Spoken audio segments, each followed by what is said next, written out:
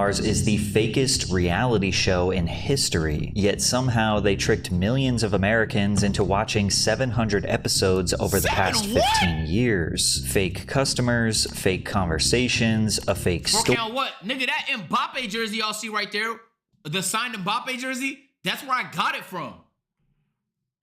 That alone was 3,000, dude.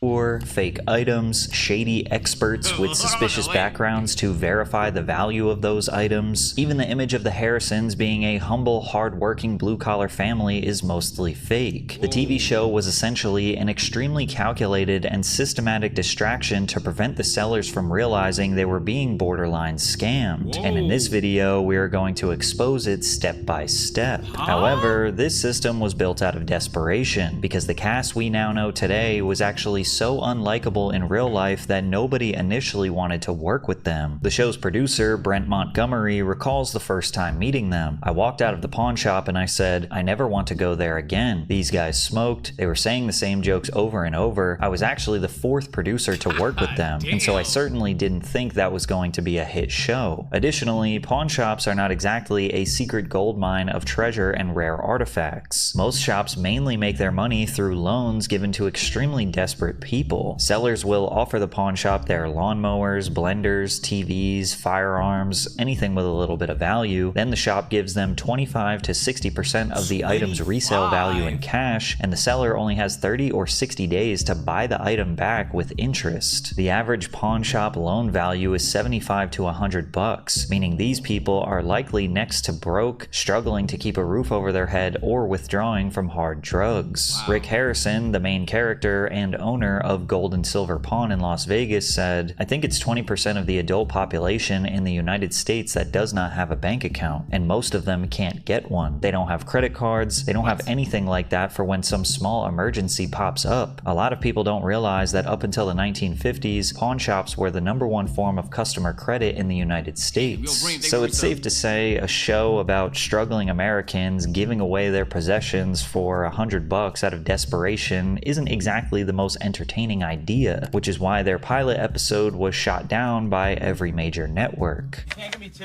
No. 150. No. What? I can do 120. It's the best I can do. I'll pawn it for that. One time, a guy bought a bunch of stuff at Walmart on his credit card. He brought it in here. His grandmother was in the hospital, and she didn't have insurance. I pawned him for him. And then he went out and he stayed up all night. He won $50,000 and came back, got the TVs back, took them back to Walmart. So if the pawn shop employees were unlikable and the day-to-day business of pawn shops is low-key depressing, the show is dead in the water, right? Your Picasso is from... Bro, I did get that Picasso painting from the pawn shop. Wait, hold on. Hold on, wait. Patrick is not saying the shit they sell is fake. So far, he's just saying that pawn shops are manipulative and prey on the poor. Okay? He hasn't said fake yet. Well, Rick Harrison was not willing to give up on the idea of him getting his own TV show. You know, I have a pawn shop on the Strip. You know what I mean? Like, I was always like a media, because that was like free advertising. So I'd always like, I'd put my, like, you know, it was the only 24-hour pawn shop on the Strip in Las Vegas. And so I mean, so before you know it, I'm getting Super Bowl rings, things like that. So I used to put I put like my Super Bowl rings on this on eBay like a week before the Super Bowl. Like so then like a bunch of reporters, you know, radio stations and things like that would call me, and it was always free press, and it was always good for business. So like 20 years ago, I'm thinking like, hey, if I get one of these reality shows, get a season or two, you know, it might be good for business, Ironically, the way Rick and Brent got their reality show was by completely distorting the reality of the pawn shop. Basically, they sold a lie, and the History Channel bought it. In 2009, the History Channel was looking for something different to boost its ratings, which got Rick and Left Field Productions a second chance to share their idea. But to work with the History Channel, Rick agreed that the show had to be much more family-friendly than the original concept. It started with the characters characters, focusing on 3 generations of the Harrisons. Rick Harrison would sit at the center of the operation, often being referred to as the genius. He would be tasked with spotting fakes, explaining the history behind the items, and keeping the family in line. Back in the day, the Mint was always coming up with new designs. They actually tried to get a nickel into circulation where there was a nickel, but it had a hole in the center, so everyone called it the Holy Nickel. Rick's father, Richard Harrison, would take the name The Old Man. His role would be the no-nonsense patriarch of the gold and silver pawn shop. He comes in with stories about what the business was like back in the day and constantly reminds the guys that he is the actual boss. You don't turn that car into a lowrider. It's his car. He can do whatever he wants with it. Well, it shouldn't have been his car. It was my car. I'm so damn pissed I don't even want to talk to you. To appeal to a younger demographic, that's Rick's old son head. Corey, or Big Hoss, would work alongside his dad, learning everything he can about the business, only to constantly mess things up and make bad deals. Test drive it? No. What do you mean, no? No, I didn't test drive it. It's a Chris Craft. The thing's worth like 30 grand. He doesn't spend that kind of money until he asks me first. They also decided to include Corey's childhood friend, Austin Russell, or Chum Lee, who was essentially the comedic punching bag of the show. Find me some good deals on that stuff then. What kind of percentage am I gonna get? Your salary. I got no problem taking my salary as long as it walks through the doors, but if I'm putting in extra work, Extra work? You don't work to start with. But it wasn't the Hold on, now? This was on a show? It was talking about niggas' salaries and shit? characters that made the show successful. Even the producers knew that. I think people love stuff. The items are the stars. Wow, Don't tell the stars that. People really remember when you bring in a Coke machine from the 60s and what it felt like to go to a Coke machine, and the great stories behind the stuff that you don't hear on other shows. On the show, people brought in gas masks for babies from 1938, ancient swords like katanas or Chris swords from the 14th century, helicopters, and ancient firearms used by naval officers and pirates. And despite literal treasure coming through the doors now that the cameras were rolling, the guys initially were so stuck in their ways that they refused to buy anything. Brent Montgomery told students at the University of Texas that this was one of the biggest hurdles. If you ever met those guys, I couldn't convince them to pay more for anything, but I did tell them initially to try and buy the stuff even if they didn't want it. If we had a show where they never bought anything, it wouldn't work well. This is likely what led to Rick's infamous lowball offers. What were you looking to get out of it? $7 grand? Ooh, $7 grand's not gonna happen. How about 3,500? $3 grand. One time, Rick lowballed someone so bad, even his son Corey called him out. It started when a seller brought in a pair of 18th century onyx diamond spectacles. There's enough stones and precious metals in them to make them worth a lot of money. The customer said he wanted $5,000 for the pair, but when Rick stepped in, he offered way less. Generally, jewelry from this time period of this quality is worth a lot of money. Good. But technically, this isn't jewelry. So what do you think they're worth? $700 or $800. Seriously? Yeah. The seller then adjusted his price per Rick's recommendation from $5,000 to $850, and even Corey knew they borderline ripped this guy off. He I feel sold a lot it? better about these now that my dad looked him over, but I think he might have lowballed a little bit. And it's because of deals like this that Rick became a massive meme online. However, it was clear that Pawn Stars had found gold. Their season 2 premiere drew 7 million total viewers, which drove the History Channel to become the #1 cable network for the night in total viewers, making it the highest rated telecast in the network's history. But ratings like this weren't the result of dumb luck. They came from a calculated design. And once you look past the dumb jokes, the humble family business facade, you start to see something else. A very controlled, very repeatable formula designed to get the best deals possible from the sellers. So let's break it down. It all starts with the manufactured image of the cast, which is the Harrison family. The producers have been very open about the fact that they cast blue-collar looking people to trick honest blue-collar people into thinking these reality stars are one of them. I always say we're looking for really smart people who look really blue-collar. Those are the casts that we've had success with. It's like when they put the average-looking guy with the really hot chick in the beer commercials, so you want to buy the beer so you can be as lucky as that guy. That's who we're looking to cast in our reality shows. So now that Rick and his family... Nigga, that's so fucking sad, bro. That, like, the fact that that could work is so fucking sad. That's so fucking sad. Fucking losers, Family dude. look like the people their target audience can trust. Now it's time to control the environment in which the transactions take place. What you see on screen is not the actual pawn shop, it's a TV set. By 2012, Gold and Silver Pawn had transformed from a small-time pawn shop into a full-on tourist trap. The general manager revealed that about 1 in 100 visitors to the Las Vegas pawn shop are actually there to sell an item. Otherwise, the staff typically shuffles tourist visitors out of the showroom when it's time to film. In response to Nevada's privacy laws and the increased traffic, the Harrisons couldn't continue to rely on their original shop. Instead, they worked with producers to make a separate showroom that was inaccessible to the general public. We got an inside look at this controlled environment when a seller secretly recorded his experience with a camera watch. Andrew Wilson uploaded a YouTube video detailing the process of him attempting to sell his vintage 1985 Rambo metal lunchbox. As he walked around, you can see the trusses above the fake shop with all the studio lights to ensure a perfectly lit set. From there, he went to an office in the backstage area where he met with a field producer who laid down some ground rules before they walked on set. Okay, so this is when the lady comes in, sits you down, and says how things are gonna go, what you can and can't do. And the biggest thing she says was you can't reference the show, you can't talk about that you're on a show. It's basically you're supposed to act like it's totally normal and you're not on a show. Andrew and his father openly admitted that the only reason they wanted to sell the lunchbox was so they could be on the show. But the field producer said that they can't do that, which meant they had to lie for television. Would they actually say, hey, this is my dad's? And would they say, does he know you're selling it? Would they say something like that? I mean, I don't know. I think you'd say, why are you selling it? Like, why are you selling it? To get on phone stuff. I know, you can't reference the show. When he finally walked onto the showroom floor, Andrew noticed that all the customers were just extras, pretending to be paying customers looking at all the items in the background. And listening to him interact with Corey and Chum Lee is way different than what you see in the final product. There we go. Take that. Yep, that's what they said. Hey, how's it going? Hey, how you doing? How you doing? Yeah. I have a Rambo lunchbox. Original from 1985.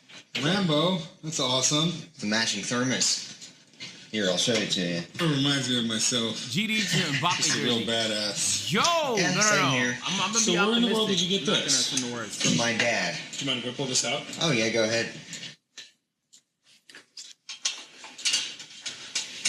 He gave it to me. He was a huge Rambo fan, huge Sylvester Stallone fan. He bought it back in 85, and he's had it ever since, and he gave it to me. Okay.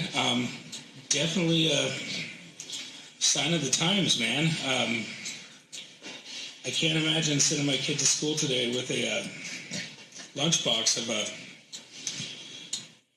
Vietnam vet who had severe PTSD and, killed a couple cops and basically took the town hostage. The awkward silence and bad jokes makes you realize just how much editing goes into this show. You can even hear the producers giving notes to Corey on what he should talk about. Well, talk about what was it on Yeah, I mean, back then too, lunchboxes were kind of like your expression of who you were as a kid. The awkwardness and the stiffness of the interactions is almost completely gone once you see the final edit. At one point, Steve McQueen was going to play Rambo, Paul Newman was going to play Rambo, and then out of nowhere, Stallone writes, directs, They're pretending like they know what the fuck it is. Yeah, all the stuff they're saying, like Corey and Chumley are acting like, yeah, they did this, and it's like, you don't actually know these things. You looked this up 5 minutes before we came out here. It's supposed to look like I just walk in and it's natural and everything. And for those of you who I'm don't... gonna be honest with you, I feel like that's why I fuck with YouTube. Like, it's not that people can't fake things on YouTube. They get faked all the time. But for some reason, like, when people fake things on YouTube, it's obvious and it just turns everybody off from it. But for some reason, on TV, when things are scripted or made to look real and they're not real, we just accept it as fact and are still entertained by it sometimes. But it's just like, even the fact that they have to hire extras to pretend like the store is active is so bizarre. Like, at least that part you could pretend is real. Like, it not being in a shop for lighting, you can just properly light the store, dude. You don't need to make a whole set. already know, it's not like that. This is done in multiple takes, and they tell you specifically what you can and Just can't have an do. And in case you needed any more proof of how contrived these interactions really are, the environment. The whole point is supposed to feel candid. It can feel candid. The thing about candid, real life experiences, you can't always control it. So if a guy interrupts, knowing that they're filming, obviously there's big ass cameras, then that's just whatever. They can edit it out later. They can keep it in for authenticity. You know, you don't have to curate everything. Producer Brent Montgomery admitted that the guys are not exactly the experts in history they are portrayed to be, saying, "We found really smart..." On YouTube, everybody cares. On TV, nobody give a fuck. Scripters to feed the characters organic information. Now, in this particular instance, Andrew just wanted to be on the show. He didn't really care about making a deal, but that's not the case for most sellers, nor is it for the Harrisons. After all, they do actually have a real pawn shop with full intentions to buy and sell items for a profit, which is why the next phase of their system is a calculated scheme to make sure that they get the best deal possible. Now, about half the time, Rick... That's everywhere. I get paid daily to make the mall in my city look busy. I also get paid to cause traffic downtown in my city. You're just making things up, bro. Corey, Chumley, or the old man will pretend like they have extensive knowledge on whatever item is brought in front of them. I'm 99.9% sure it's real. I still have that chance that it's not. The seller puts the item on the counter, and one of the guys will go into a history lesson giving all the relevant details as to why the item is interesting or valuable. However, the other half of the time, they will play dumb and admit that they know nothing about the item that is trying to be sold. But lucky for them, 100% of the time, they have a buddy who specializes in the exact thing that they need more information on. I got a buddy who works right down the street. I got a buddy who deals in all these antiques. I got a buddy who works right down the street. He's got a sports shop. I got a buddy of mine. I call him in a lot when I deal with expensive sports stuff. I got a buddy that's pretty good with stuff like this. Let me have him come down and kind of give me an idea of what they're worth. Let me call somebody who will know everything about this. I got a buddy who all he does is like Hollywood memorabilia. I got a buddy that works literally right across the street. And this is somebody in this environment would definitely have a buddy for everything. Twitch pays me to watch you. Bro, what is it like? Perfect trap. From the seller's perspective, that expert feels neutral. He looks authoritative. He explains the item's history, verifies if it's real, maybe even compliments it. But when they give the appraisal, they typically say something like, "At auction, this might go for," followed by almost always a price that is far less than what the seller wanted. And now that the expert established the price, the seller now looks crazy for asking anything equal to or more than what they said. But even if the sellers remain firm in their initial asking price, Rick and the gang start talking about the risk, the overhead, paying employees, storage, the fact that it might sit on a shelf for months. Now the seller isn't negotiating based on what they think their item is worth, but rather they're negotiating based off if the buyer can make a profit or not. I have to make money on this thing. I might get $4,000 out of it, but that's not an auction. There's auction fees. It'll take me a year to get my money. I got to spend money to ship it across the country somewhere. Putting that already as well. Yeah, it's $2,100. And this system, 80 to 90% of the time, leads to the pawn shop getting the seller to sell something to them for far less than what they originally thought it was worth. But in reality, these buddies aren't some objective third party walking in off the street, but rather someone coordinated by production who understands the show and who could get more opportunities to be on television if they excel at their job. Take Bob Uhas, for example, who is the expert they call on when they need to restore an automobile, antique toys, and vintage machines. This is collectible because it's very rare. Done correctly, done nice, starting at $5,000 and up. And like this?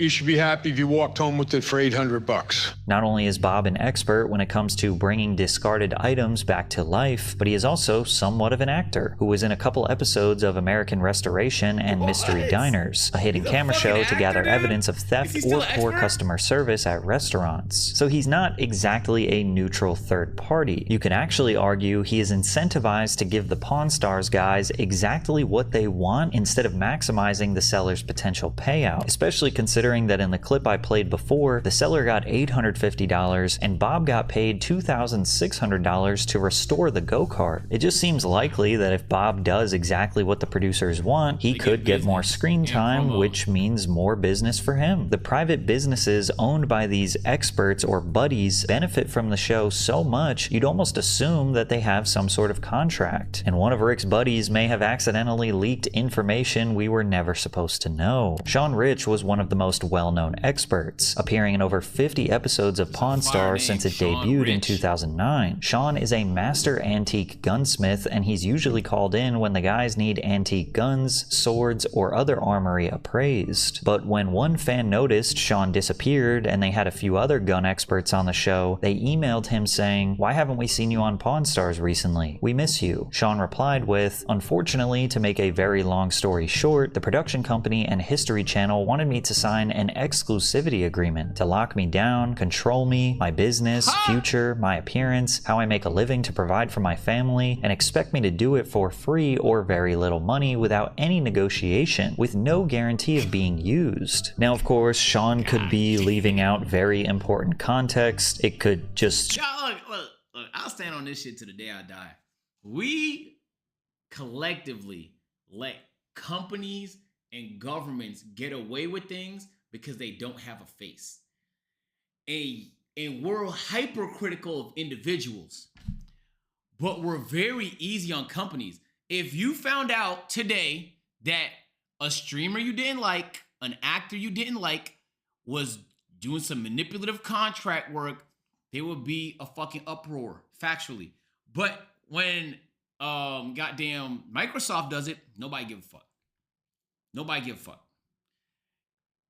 It pays to be faceless because it's hard to aim a gun at somebody when you don't even know what they look like. Feel me? It's easier to criticize people than it is to criticize a brand or an entity. And that's so bizarre to me that we don't keep it a buck both ways, bro.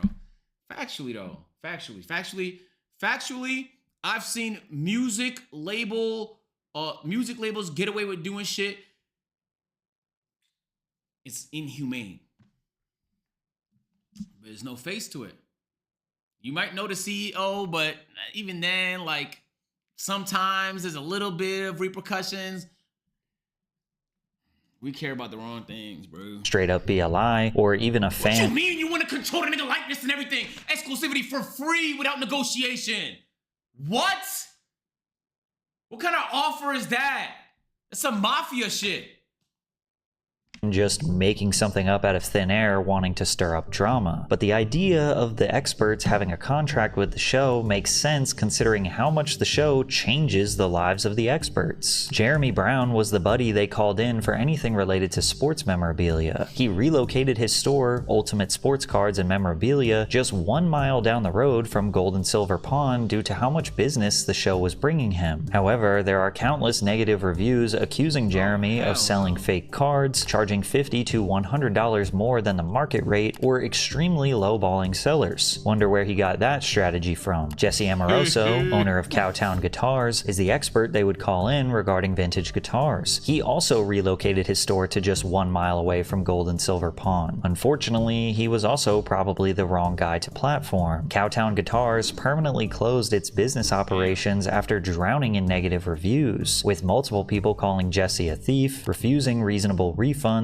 and providing horrible customer service. Even their professional sports authenticator, Steve Grad, who was in charge of authenticating all autographs on sports memorabilia on Pawn Stars, got sued for approving numerous forgeries as legitimate. He then admitted in open court that he has never had any education or training from PSA with regard to how to authenticate signatures. He basically said in court that he learned everything he knows about this business from a buddy. Now, I'm not suggesting that all of the Pawn Stars experts are fraudsters. I'm not suggesting what they are doing is illegal or even deceiving, but it is highly controlled so that the house always wins. And some sellers suspect this and straight up admit that they don't believe the experts. If you wanted to buy this, I'd pay no more than $600 or $700. This one, if you want one of these, I can get you one for $1,500. No, they're worth a lot more than that. If you think you can find these on the internet for $1,500, knock yourself out, because it's not going to happen. Yeah, I'd give you $1,000 for the coin. Hold on. I'm about to check something that might get me tight. eBay. Signed Mbappe jersey.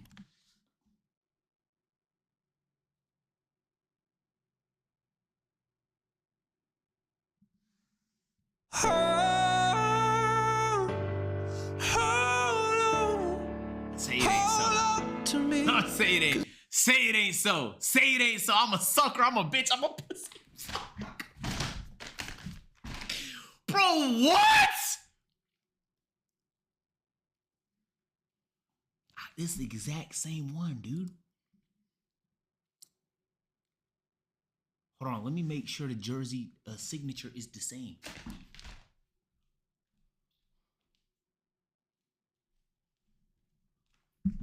Okay, signature does look the same.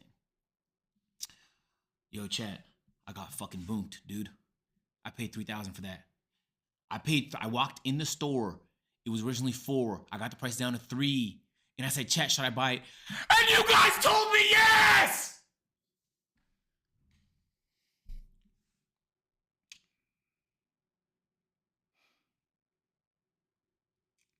And this shit is PSA certified, nigga. And this shit is PSA certified, bro. My shit wasn't Hold on.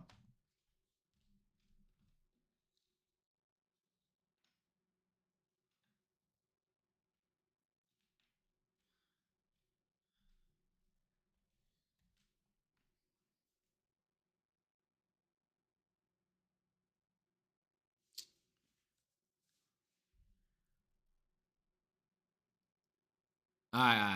This is what I'm gonna do. All right.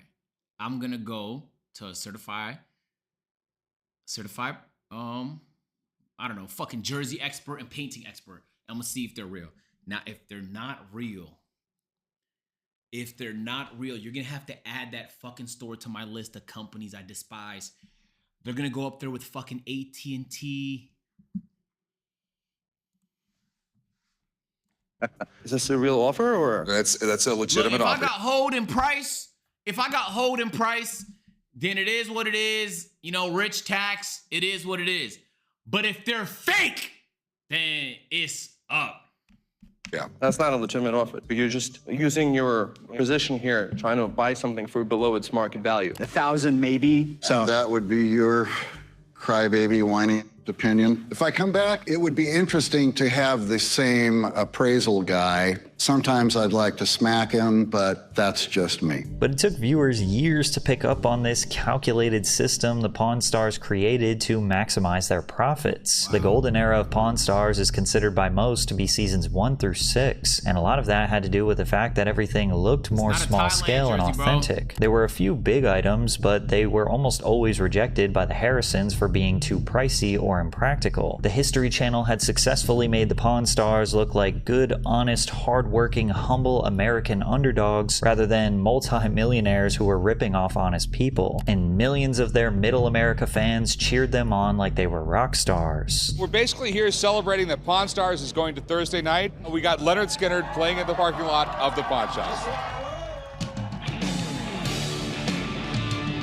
Pawn Stars rocks! Congratulations on another great season. But in the mid to late 2010s, even their fans stopped seeing them as a humble family business and more like ultra-calculated scammers. And once that illusion was broken, the personal lives of the Pawn Stars started to crumble. On June 25th, 2018, the old man passed away after a private battle with Parkinson's disease. His loss was a major blow to longtime fans of the show, and Rick Harrison worked with the History Channel to make a memorial episode to remember him by. This pawn shop is more than just a place of business. There's a lot of memories here, and most of those memories are with my father. Got the privilege of working with my dad 5 days a week for almost 40 years. The loss of the old man was definitely the first major sign that the show was on its last legs. His dynamic with Chum Lee was one of the few scripted interactions worth watching. From here, Rick had mostly given his role of the genius historian over to the large collection of experts, and Corey had pretty much checked out entirely, as viewers no longer bought the storyline suggesting he wanted to be the next big boss. Then again, even from the very beginning, he never looked like he even wanted to be there. I probably told my dad I hate him more than I love him. It's just stupid.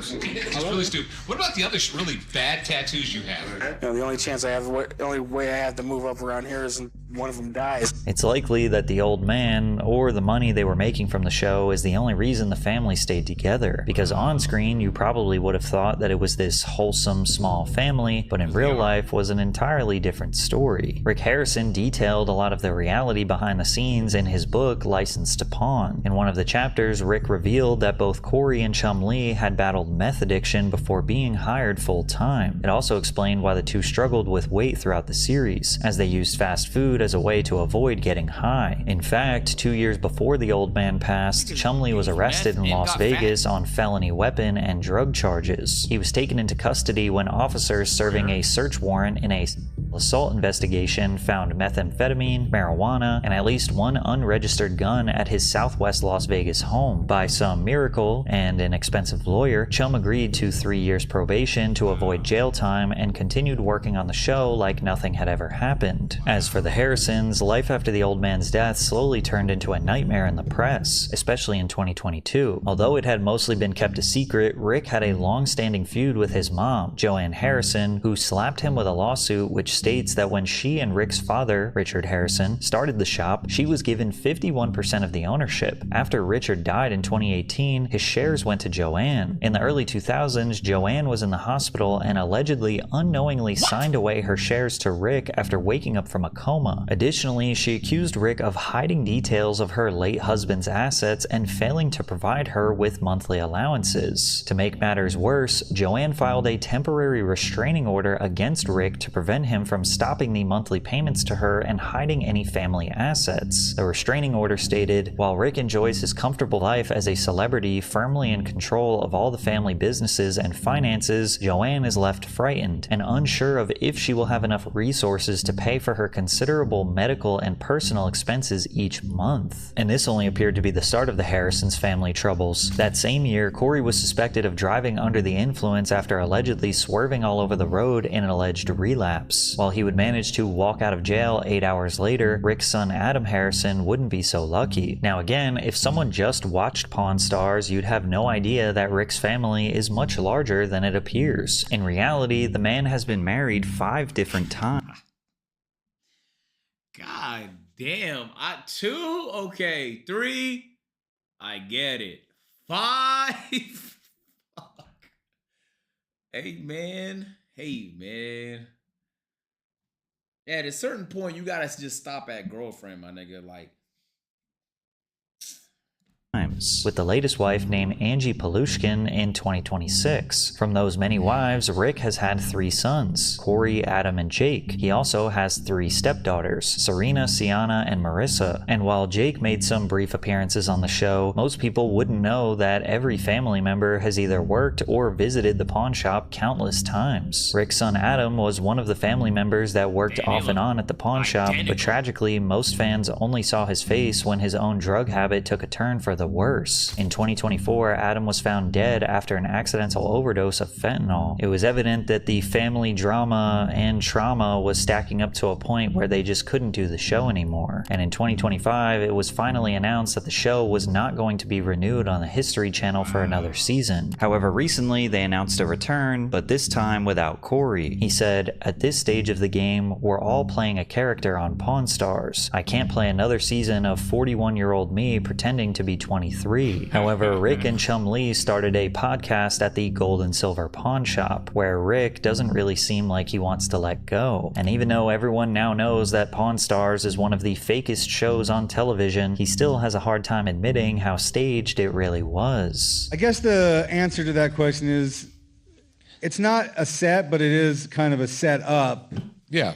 Mock of the pawn shop up it's front. all the entire show is filmed here at the pawn shop. 15 years of dominance on TV just for it all to come crashing down, destroying the legacy of the show forever, which is almost the exact same thing that happened to Impractical Jokers, as they could not prevent their private controversies from making headlines. But check out this video if you want to hear that story. All right, look, bro. As long as my shit not fake, we good, bro. If I got scammed because I didn't know no better, that's on me for walking in there with a camera and trying to farm content and asking the chat if I should buy it or not. Realistically, feel me? It is what it is. Sometimes you get hoe when you're buying a car. Sometimes you get hoe when you're buying a painting.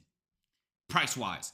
But if that shit is not real, So, low-key, that's a good segment idea. I'm going to write that one down. I'm going to write that one down. Let me write that one down real quick so I don't forget.